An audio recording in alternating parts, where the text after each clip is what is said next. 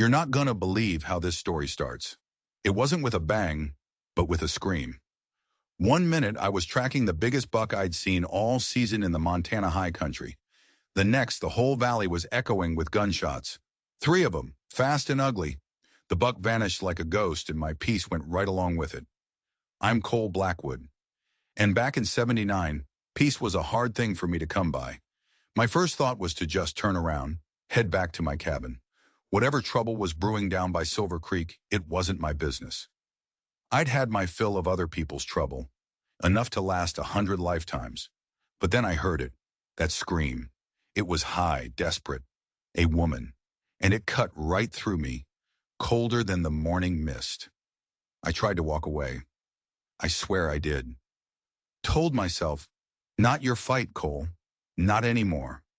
But my feet had other ideas, old habits, I guess, the kind that whiskey can't kill, no matter how much you pour. Before I knew it, I was moving down the slope, rifle in hand, the roar of the creek getting louder and louder.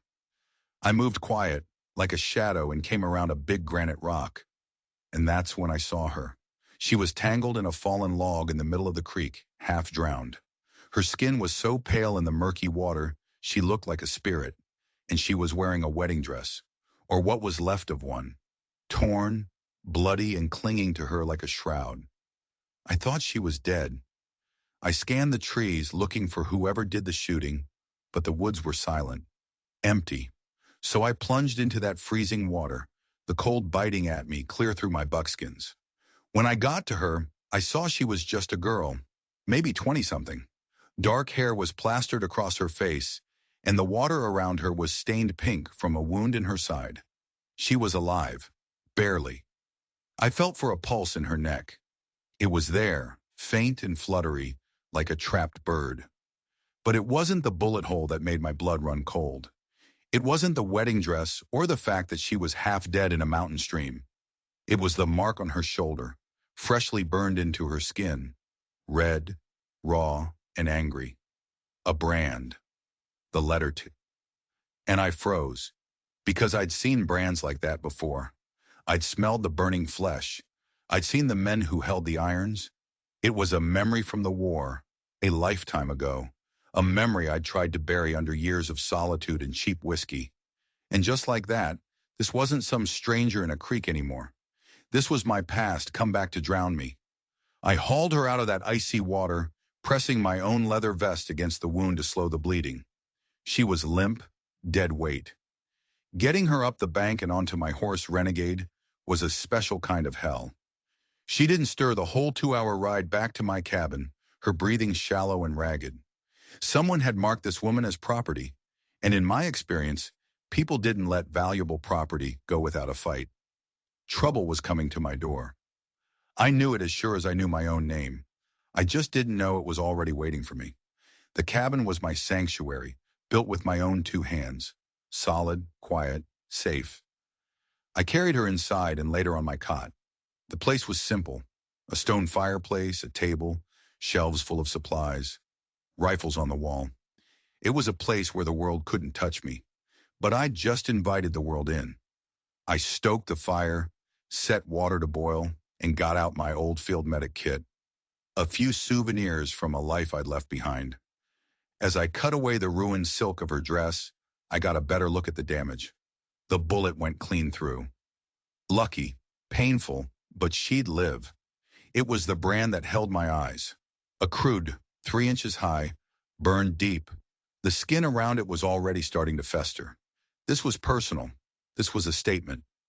I cleaned the wounds with whiskey and boiled water, my hands steady despite the tremor I felt deep inside.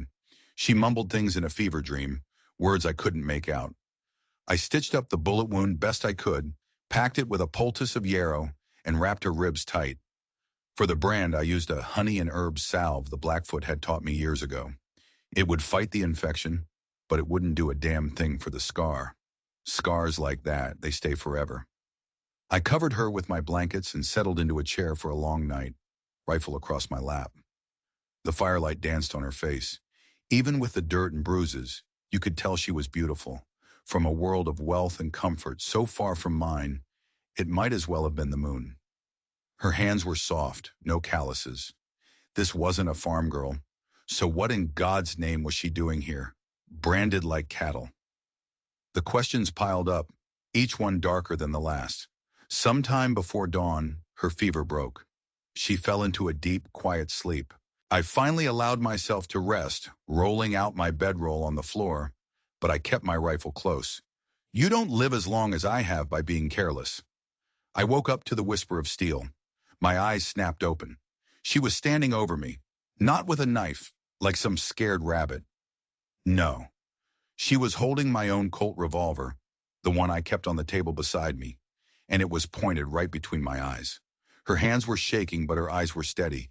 They were filled with a terrifying mix of fear and pure, uncut determination. Don't move, she whispered, her voice a raw scrape. I'll use this. I stayed perfectly still, looking at the hammer on the Colt. It was already cocked. She knew how to use it. Ma'am, I said, keeping my voice low and calm. If I wanted you dead, you'd have been dead yesterday. Confusion flickered in her eyes, warring with the fear. She swayed on her feet, a sharp gasp of pain reminding her about the hole in her side. But she didn't lower the gun, not an inch. Where am I? She demanded. Who are you? My cabin, I told her, slow and easy. Name's Cole Blackwood. Found you in Silver Creek. You'd been shot and branded. The moment I said branded, her free hand flew to her shoulder. That one move cost her. Her face went white, and she staggered back, the world tilting around her. I was on my feet in a heartbeat, catching her before she hit the floor. The heavy Colt thudded onto the pine boards. Easy now, I said, guiding her back to the cot. You need to rest. You've lost a lot of blood. She looked up at me, her defenses crumbling, leaving only exhaustion behind. Why? She asked, the single word full of 1,000 questions. Why did you help me? I stepped back, giving her space. I went to the fireplace and poked at the embers, watching them glow. Saw someone in trouble, I said. Didn't seem like I needed more reason than that. She watched me, her eyes sharp, calculating. You don't know who I am, she said. You don't know who's looking for me. I turned from the fire and looked her square in the eye. No, I said, I don't. But that brand on your shoulder, it tells me they're the kind of men who deserve to be disappointed. I ladled some stew into a bowl and handed it to her. She hesitated, then took it. The first bite was cautious. The second was desperate. She ate like she hadn't seen food in a week. I let her be, pouring us both some coffee. When she was done, her eyes were a little clearer. You got a name? I asked. She looked at me for a long time, trying to read me, trying to decide what was safe. Sarah, she finally said. Sarah Hargrove. Well, Sarah Hargrove, I said, rolling a cigarette. Whoever put that bullet in you is probably still looking. And whoever put that brand on you, they're definitely still looking. Fear flashed in her eyes again, but she held my gaze. I'll be gone as soon as I can walk, she said, her chin high. I won't bring trouble to you. I had to give her a grim smile at that. Ma'am, trouble found me the moment I heard that scream. Besides, where are you going to go? The nearest town is 40 miles south. After that, it's nothing but mountains and wilderness. You wouldn't last 2 days. The fight went out of her then. She slumped, the reality of her situation crashing down. They'll kill anyone who helps me, she whispered. I lit my cigarette, the smoke curling up toward the rafters. I thought about the men I'd known, the things I'd done, the lines I'd crossed, and the ones I refused to. I reckon we all die sometime, Miss Hargrove, I said, my voice quiet. The only question is what we do with the time we've got. Before she could answer, I stiffened, a sound outside. Faint but unmistakable. A single rider coming fast. My body went cold. I killed the lamp in one quick motion, grabbing my rifle from the wall. Get down, I hissed. Sarah's face was a pale moon in the dim light of the fireplace. They found me, she breathed. I crept to the window, peering out from the side, making myself a small target. The rider came into the clearing. Not a posse, just one man. But that didn't make me feel any better. Then my posture relaxed, just a fraction. It's all right, I said, though my gut was still twisted in a knot. It's a friend. The man who rode into my yard was Running Wolf, a Blackfoot scout, and one of the only men in this territory I trusted. He was tall and lean, with braids threaded with eagle feathers, and he moved with a grace that made him seem a part of the landscape. He dismounted and came to the cabin, his face grim. He didn't even knock. He just opened the door and stepped inside, his dark eyes finding Sarah on the cot immediately.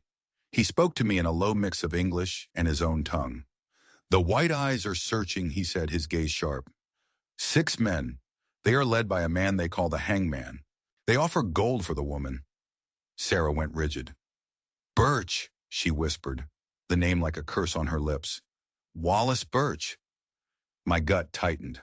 I knew the name. Everybody knew the name. Birch was a bounty hunter, a legend in the territories, and not the good kind. He was a man who left a trail of bodies behind him, and he never ever gave up. "You know him?" I asked her. She gave a bitter laugh. "Every woman who tried to run from Thornton knows him. He's Thornton's personal bloodhound." "Thaddeus Thornton?" I asked, exchanging a look with Running Wolf. "The railroad baron, a man who was buying up the territory one piece at a time, using money when it worked and violence when it didn't." Sarah nodded, her hand instinctively going to her branded shoulder. "The T is his mark," she said, her voice shaking with rage. "He thinks he owns me." "No man owns another," I said, the words coming out harder than I intended. "Not in this territory. Not while I'm still breathing." "You don't understand," she said, desperate now. "Thornton has judges in his pocket. He has politicians. That brand isn't just a mark, it's a claim. It makes me his property in the eyes of his law." Running Wolf stepped forward, his expression unreadable. "How did a woman like you come to wear such a mark?" he asked, his voice softer than I expected. She told us a story that was becoming all too common. Her father owned a small, rich gold mine. Thornton wanted it. Her father refused to sell. So accidents started happening. Tunnels collapsed. Equipment failed. Finally, her father was killed in a cave-in that was no accident. The mine passed to her. Thornton changed his tactics. He courted her, proposed marriage. A legal way to get what he wanted. When she refused him, he had her kidnapped, branded. He was going to force the wedding, take her in the mine. "But you escaped," I said. A flicker of pride lit her eyes. "I killed the man he sent to. Prepare me for the ceremony," she said. "And I took this." She reached into the bodice of her ruined dress and pulled out a folded, worn piece of paper. It was a map. "My father found a new vein just before he died," she explained, "richer than anything Thornton knows about. This is the map to the main shaft. This is what he really wants." I took the map. It was crudely drawn, but clear enough. This was worth more than a woman to a man like Thornton. This was worth a war. Running Wolf moved to the window. "The hangman and his men cross Silver Creek this afternoon," he said, his voice a low warning. "They will be in this valley by morning." I folded the map and handed it back to Sarah. "Then we need to move." "I'll leave," she said instantly. "I won't bring this on you." "And go where?" I asked again, more forceful this time. "Wounded on foot? Birch will track you down before noon." "Then I'll lead them away," Running Wolf said, stepping forward.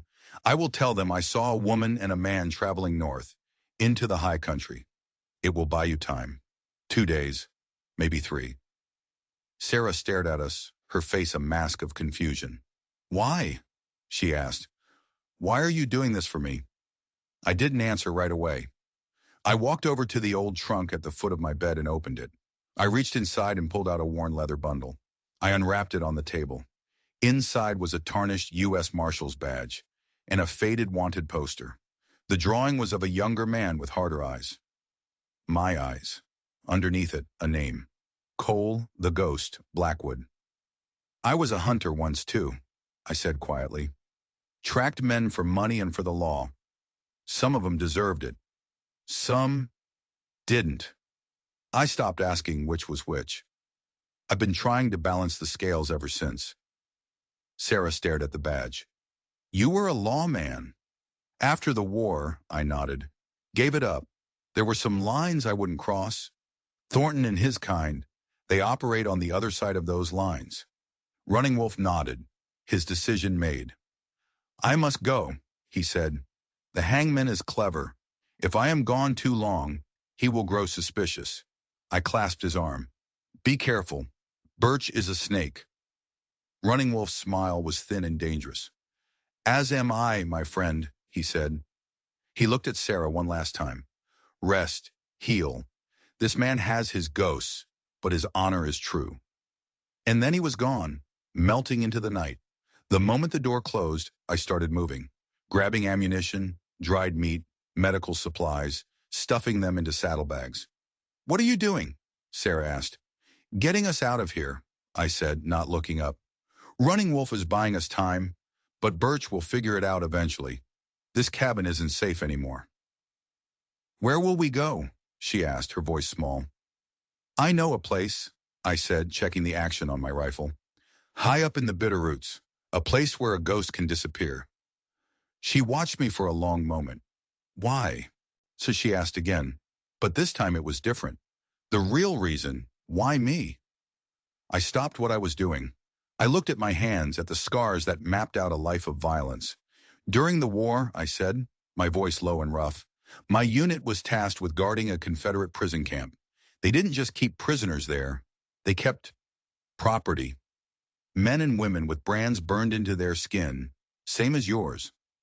I swore an oath to myself back then. I'd never stand by and watch that happen again. Ever. I looked up and met her eyes. That mark on your shoulder, I said. That's reason enough. Before she could say anything, a new sound cut through the night. Not a rider, riders, several of them, moving slow and deliberate. Not Birch's posse. This was something else. I blew out the lamp, plunging the cabin into darkness, and grabbed my rifle. Peering through the window, I saw them. A half-dozen men spreading out to surround the cabin. But it wasn't the number of men that made my blood freeze. It was the man at their head. He sat on a massive black horse, dressed in a fine city coat that looked ridiculous out here in the wilderness. He was a big man, with a face like a bulldog and an air of absolute terrifying authority. It's him, Sarah whispered from behind me, her voice trembling. It's Thornton. I'd expected the bloodhound. I hadn't expected the master himself. Thaddeus Thornton shouldn't have been here. Men like him didn't do their own dirty work. They paid men like Birch for that. His presence here meant something had gone terribly wrong. It meant the stakes were higher than I could possibly imagine. He and his men were dismounting, rifles at the ready, moving with a chilling efficiency. They weren't a posse. They were a small army. Stay down and stay quiet, I whispered to Sarah, my mind racing. The cabin was solid, defensible for a time, but we were trapped. 6-1 were odds I didn't like.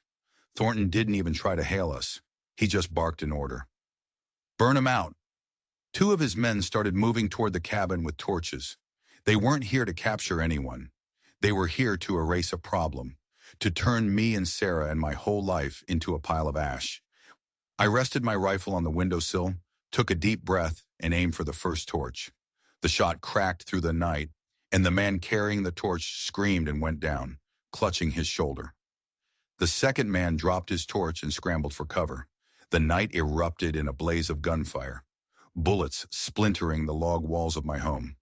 I fired back, making every shot count, using the darkness and the layout of the cabin I knew so well.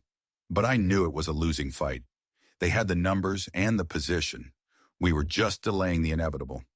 The floorboards, I yelled to Sarah over the noise. In the back corner. I'd built a small root cellar, a hidden escape hatch for just this kind of emergency. A way out that led to the trees behind the cabin. She scrambled to pull up the thick planks as I laid down covering fire. Splinters flew past my head as a bullet punched through the wall inches from my face. They were getting bolder, closing in. Sarah got the hatch open, revealing a dark, earthy-smelling hole. Go! I shouted. I'm right behind you. She hesitated, her eyes wide with fear in the flashing light of the muzzle blast. Go! I roared again, and she slipped into the darkness below. I fired 2 more shots, then backed away from the window, grabbing the saddlebags and diving headfirst into the cellar, pulling the floorboards back into place just as the cabin door splintered under the force of a heavy boot. The cellar was tight and smelled of damp earth. A narrow tunnel, just wide enough to crawl through, sloped upwards for about 20 feet. It felt like being buried alive. Gunshots and angry shouts echoed from the cabin above us. They knew we weren't inside anymore. They'd be searching the woods in minutes. We emerged from the tunnel behind a thicket of pine trees about 50 yards from the cabin. We could see the flickering light of lanterns as Thornton's men fanned out, searching for us. My horses, Renegade and the mare, were still in the corral, a prize Thornton would surely take. We were on foot, wounded, with a private army on our heels. This way, I whispered, pulling Sarah toward the dark line of the deeper forest. We needed to put as much distance between us and them as possible before they organized a proper search. We ran. Or I ran and half-dragged Sarah with me. Every step was agony for her. I could see it on her face, but she didn't make a sound. She was tougher than she looked. For an hour we crashed through the underbrush, moving as fast as we could in the pitch dark, heading east, away from any known trails. Finally, I found a small rock outcropping, a shallow cave that would offer some cover. Sarah collapsed the moment we stopped, her breathing ragged, her face pale as death. "I can't," she gasped, clutching her side. "I can't go on." I checked her bandages. The wound had started bleeding again. The running had been too much. She was burning with fever again. We were in serious trouble. I had no horse, limited supplies, and a wounded woman who could barely walk. And somewhere behind us, Thaddeus Thornton, a man who burned people out of their homes, was hunting us with a team of hired guns. And worse, somewhere ahead of us, Wallace Birch and his posse were waiting, led on a wild goose chase by Running Wolf. Or were they? Why was Thornton here? Had Birch failed? Or was this something else? A thought, cold and sharp as an icicle, pierced through my mind. Running Wolf said he would lead Birch north. We were heading east. But Thornton found us. He found us almost immediately. It was too fast, too accurate. It was almost like he knew exactly where my cabin was. It was almost like someone had told him. My gut twisted. There was only one person who could have done that. Running Wolf. The one man I trusted. Had he betrayed me? Had he led Birch one way and Thornton the other, trapping me in the middle? The thought was so vile I pushed it away. It didn't make sense. But nothing about this night made sense. As Sarah drifted into a restless, feverish sleep, I stood watch at the mouth of our small cave, listening to the sounds of the night. The hunters were out there. I could feel it. And for the first time in a long, long time, I felt the old, familiar feeling. The feeling of being the one who was hunted. The ghost was no longer the hunter. He was the prey. And the sun was coming up. Dawn broke gray and cold. I'd managed to get Sarah's bleeding stopped, but her fever was worse. She was mumbling, caught in a nightmare I couldn't pull her from. I had to make a choice. Stay put and let her rest, hoping Thornton's men would miss our trail. Or push on, risking her life with every step. The choice was made for me when I heard a dog bark, far off but getting closer. Trackers. Of course Thornton would have trackers. My own skills were useless if they had dogs. We had to move. I got Sarah to her feet. She was barely conscious, leaning on me, each step a monumental effort. We stumbled through the wilderness, leaving a trail a child could follow. It was hopeless. We were just running out the clock. We came to a shallow, fast-moving river, a tributary of the Yellowstone. "We have to cross," I told her. "It'll hide our scent from the dogs." The water was brutally cold. It soaked us to the bone, and Sarah cried out as the icy current hit her wounded side. I practically carried her across, my own body screaming in protest. We were exhausted, freezing, and exposed. On the other side, we found a dense patch of forest and collapsed behind a fallen log. The barking was closer now. They'd be at the riverbank in minutes. This was it, the end of the line. I checked my Colt. 6 rounds. My rifle had maybe 10 more. Not enough. Not nearly enough. I looked at Sarah. Her eyes were closed, her face a mask of pain. She had fought so hard, escaped a monster, killed one of his men, survived a gunshot in a freezing river. It couldn't end like this. I wouldn't let it. I helped her sit up, propping her against the log. I handed her my Colt. "You know how to use this," I said, my voice low and urgent. "I'm going to lead them away. Draw them off. You stay here. Don't move.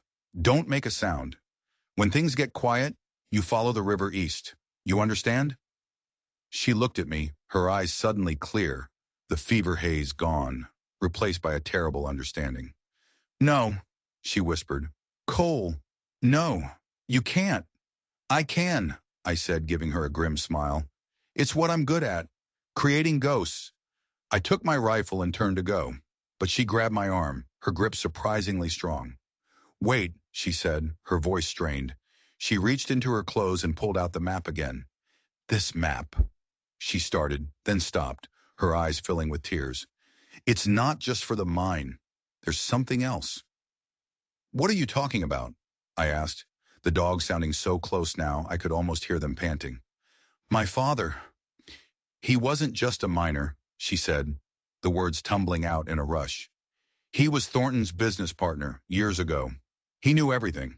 He kept records, a ledger, all of Thornton's crimes, the politicians he bribed, the men he had killed. It's all in there, hidden in the mine. That's the real reason he wants it. That ledger could destroy him. So this wasn't just about gold. It was about everything. It was about power, survival. This was why Thornton himself had come. The key, I breathed, remembering what Running Wolf had said. He hadn't said Birch was looking for a woman. He'd said he was looking for Thornton's key, the ledger, not Sarah. But something was still wrong. The story was changing too fast. It was like trying to stand on shifting sand. And then the first of the trackers burst through the trees on the other side of the river. He saw us. He raised his rifle and shouted. The hunt was over. But as the man shouted, something incredible happened. An arrow, silent and swift as a hawk's shadow, sprouted from his chest. He staggered back, a look of complete shock on his face, and toppled into the river. Before his companions could react, 2 more arrows flew from the woods to our left. Another man went down. The rest scattered, firing blindly into the trees. And then he was there, Running Wolf. He emerged from the woods not alone, but with a dozen Blackfoot warriors behind him, their faces painted for war. They let out a cry that shook the trees and charged across the river, falling upon Thornton's men with a silent, brutal fury. It was over in minutes, a whirlwind of arrows and knives. When the silence returned, Running Wolf walked toward us, his face a mask of stone. He wasn't smiling. I told you I would lead them north, he said, his voice flat. I did not lie. I led the hangman north. But I followed Thornton. A snake must be watched, lest it bite the wrong hand. My breath came out in a rush of relief. He hadn't betrayed me. He'd been hunting a bigger snake all along. Thornton, I asked. Running Wolf pointed back the way we'd come. He fled when he saw us. But he will not get far. My warriors are on his trail. He is a dead man. He looked at Sarah, then at the map she was still clutching. The key, he said. It wasn't a question. It must be destroyed. No, Sarah said, her voice surprisingly strong. It needs to be seen. It needs to be brought to the law. Running Wolf gave a short, harsh laugh. Thornton is the law in this territory. His paper will do nothing but get you killed. Not at Fort Laramie, I said, an idea forming in my mind. The fort is federal territory. The commander there answers to Washington, not some crooked railroad baron. Running Wolf considered this. It is a long ride, he said, and you are not the only ones hunting for that map. He looked back toward the west. The hangman is clever. When he finds no trail to the north, he will circle back. He will find the bodies. He will know the truth, and he will come. He was right. We had escaped Thornton, but Birch was still out there, and he was a different kind of monster, relentless, patient. We will give you fresh horses and supplies, Running Wolf said, but you must ride hard, and you must ride now. His warriors were already stripping the bodies of Thornton's men, recovering their weapons and supplies. They worked with a quiet efficiency that was terrifying to behold. Within the hour, we were mounted on fresh horses, with supplies to last us a week. Sarah, despite her fever, seemed to have found a new strength, a new purpose. The damsel in distress was gone. In her place was a woman holding the key to an empire's downfall. Thank you, I said to Running Wolf, clasping his arm. I owe you my life. No, he said, his dark eyes serious. You saved my cousin's son from a bear trap last winter. The debt is paid. Now go, and do not let the ghosts of your past catch you. He was looking at me, but I knew he wasn't talking about Birch. We rode east, following the Yellowstone. The vast, empty wilderness stretched out before us. We were two people against a whole territory of corruption. But we had a chance. For 2 days, we saw no one. Sarah's fever broke, and her strength slowly returned. We spoke little, the miles passing in a tense silence. We were living on borrowed time, and we both knew it. On the third day, we saw the dust cloud behind us, a single rider moving fast, closing the distance with an unnerving speed. It was him. I didn't need a spyglass to know. It was Wallace Birch. He was alone. That was the first thing that struck me as odd. Birch always worked with a posse. A lone wolf was not his style. It meant something had changed. He wasn't hunting for a bounty anymore. This was personal. I pushed our horses harder, but the mare Sarah was riding was no match for Birch's stamina. He was gaining on us, slow and steady. There would be no outrunning him. We found a narrow canyon, a bottleneck in the terrain. It was a bad place to be trapped, but it was also a good place to make a stand. "This is it," I told Sarah. "Get off the horse and find cover. Stay down, no matter what you hear." Her face was pale, but she nodded, sliding off the mare and scrambling up the rocky side of the canyon, disappearing into a cluster of boulders. I dismounted, taking my rifle, and led the horses further into the canyon, out of sight. Then I walked back to the entrance and waited. He came into view a few minutes later, a gaunt figure on a tired horse. He stopped at the mouth of the canyon, his pale eyes scanning the terrain. He knew. He knew it was a trap. He dismounted, pulling his own rifle from his saddle. "Blackwood!" His voice echoed off the canyon walls, dry and thin as dust. "I know you're in here. I just want to talk." I didn't answer. Talk was the last thing on my mind. "Thornton's dead," he shouted. "Blackfoot warriors caught up to him this morning. The bounty's gone. This ain't about money no more." I still stayed silent, my rifle sight trained on his chest. What was this about then? "It's about the ledger," he yelled. "I know she has it. That thing is worth more than any 10 bounties. You and me, Cole. We could set ourselves up for life. Just give me the map, and I'll ride out of your life forever. You have my word." His word. That was a joke. Wallace Birch's word wasn't worth the breath it took to speak it, but his offer told me everything I needed to know. He wasn't working for anyone anymore. He was working for himself.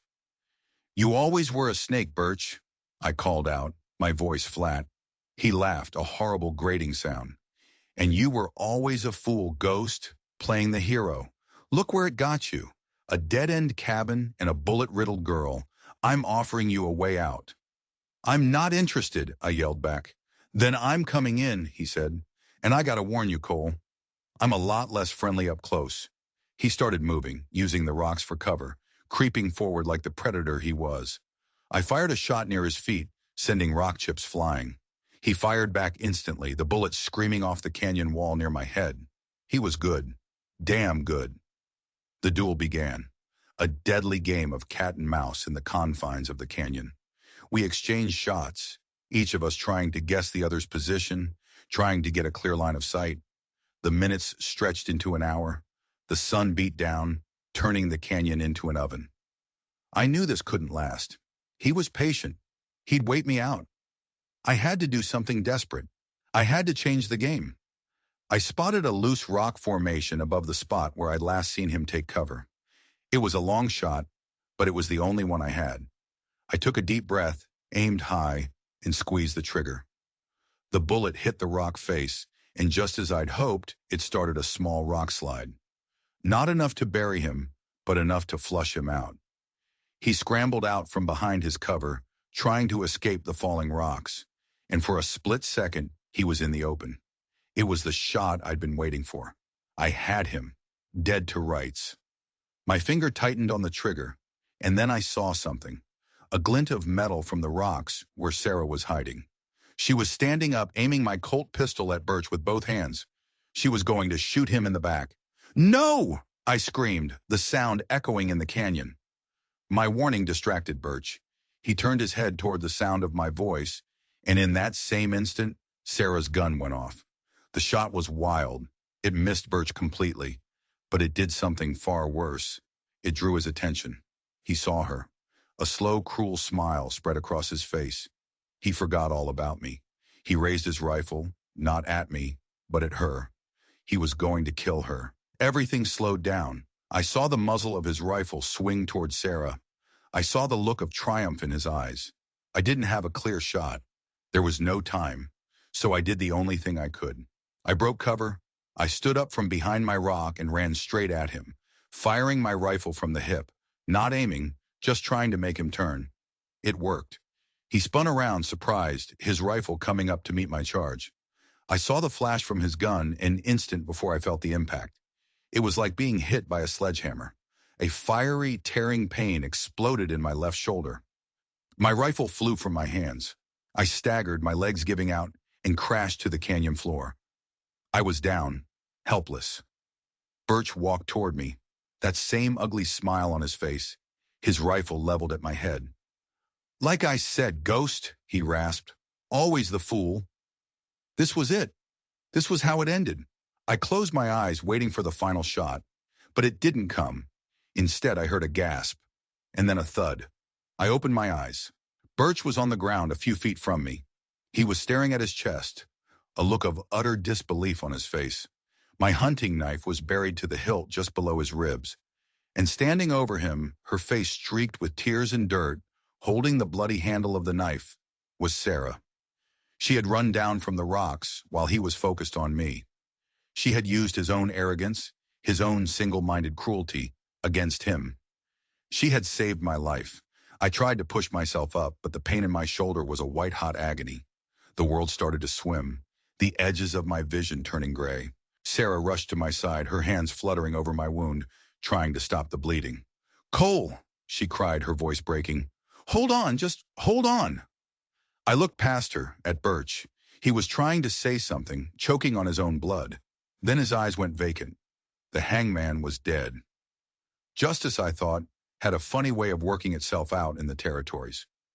Then the grayness turned to black, and I didn't think anything at all. I woke up to the smell of smoke and the feel of a cool cloth on my forehead. I was lying by a small fire, the stars blazing overhead in a black sky. My shoulder was tightly bandaged, and the throbbing pain had dulled to a bearable ache. Sarah was sitting beside me, reloading my rifle, her movements sure and steady. She looked different. The fear was gone from her eyes. In its place was a hardness, a resolve I hadn't seen before. The wilderness had forged her into something new. "He's dead," I said, my voice a croak. She nodded without looking up from her work. "He is." "You saved me," I said. She finally looked at me, her gaze intense. "You saved me first," she said. "We're even." We stayed there for 2 days, hidden in the canyon. Sarah tended to my wound with a skill that surprised me. She told me she'd learned from her father's mind doctor. Little by little, my strength returned. We had Birch's horse now, a strong, ugly beast, and his supplies. And we had the map. The rest of the journey to Fort Laramie was hard, but we were driven by a shared purpose. We were no longer the hunter and the hunted, the rescuer and the victim. We were partners. We rode into Fort Laramie looking like two ghosts who'd been dragged through hell and back. We were ragged, dirty, and wounded, but we were alive. The fort commander was a man named Major Davies, a hard-nosed veteran who didn't trust anyone. He listened to our story with a skeptical frown, but then Sarah produced the ledger. Davies spent the next hour reading it, his expression growing darker with every page he turned. When he was done, he looked at us, his eyes wide. "My God," he said, This is dynamite. It implicates half the territorial government." He looked at Sarah, then at me. "You two have just kicked over the biggest hornet's nest in Montana. You realize that, don't you?" We nodded. "What happens now?" I asked. "Now," Davies said, closing the ledger with a snap, "I send a telegraph to Washington, and I place you both under protective custody. Thornton's empire is about to come crashing down." And it did. The story of Thaddeus Thornton's crimes, backed by the undeniable proof in his own ledger, became a national scandal. Judges were impeached. Politicians were ruined. His whole corrupt network was torn apart, piece by piece. The mine was rightfully returned to Sarah. She was a wealthy woman now, free and safe. My part in the story earned me a pardon for my old wanted poster and a quiet reputation as the man who helped bring down an empire. I healed. The wound in my shoulder eventually became just another scar.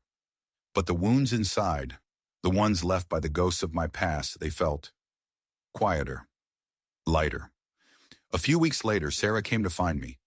I was getting ready to ride out, to head back to my mountains. "Where will you go?" she asked. "Back to my cabin," I said. "Gotta rebuild." "You could stay," she said, not looking at me. "The mine will need a good foreman, someone I can trust." I looked at her, at this woman who had survived hell and come out stronger. I thought about my empty cabin, about the silence, about the long, lonely years ahead. "I reckon I'm not much good at staying in one place," I said, swinging up onto Renegade's back. She smiled, a small, sad smile. "Well," she said, "if you ever get tired of talking to yourself, you know where to find me." I tipped my hat to her. "Ma'am," I said. Then I turned my horse and rode north, back toward the high country, back toward the quiet. The scales felt a little more balanced now, and for the first time in a very long time, I wasn't looking over my shoulder. I was just looking ahead. The Wild West was full of ghosts, but sometimes, if you're lucky, you get a second chance to lay them to rest. If you enjoyed this story of justice and redemption out on the frontier, do me a favor and hit that subscribe button. You never know what other tales are buried out in the territories, just waiting to be told. Thanks for listening.